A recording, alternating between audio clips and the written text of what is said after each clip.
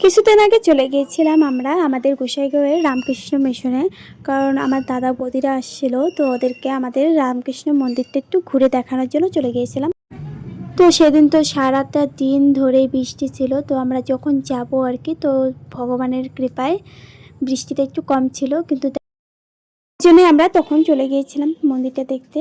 আর এখন মানে কি বলবো, শীতকাল না গ্রীষ্মকাল বোঝাই মানে বড় দায়, মানে বর্ষাকালের মতো শুরু হয়ে গেছে, এত বৃষ্টি ছিল মানে কি বলবো। তো যাই হোক, এভাবে আমরা তাও ঘুরতে গিয়েছিলাম, তো ঘোরাটা কমপ্লিট করলাম। তো তারপর একটু ঘোরাঘুরি করে তো সকলে মিলে ফটো ছোটো উঠলাম। ওঠার পরে এখন আমরা বেরিয়ে পড়ব। এখান থেকে বেরিয়ে আমরা চলে গেলাম রাজস্থানি রেস্টুরেন্টে।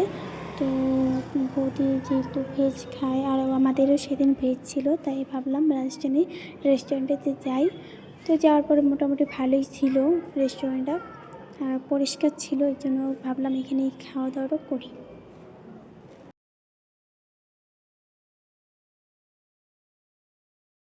এখানে অনেক রকমের মিষ্টির আইটেম ছিল, তো মিষ্টিগুলো খেতে দারুণই ছিল, ভালো ছিল একদম। তো তারপর মেনু কার্ডটা হাতে চলে আসলো, এখন আমরা খাবার কি অর্ডার দেবো এটাই ভাবতেছি। ফার্স্টে নিয়ে নিচ্ছি চাউমিন। তো ভেজ চাউমিনটা খেয়ে মোটামুটি ভালোই ছিল।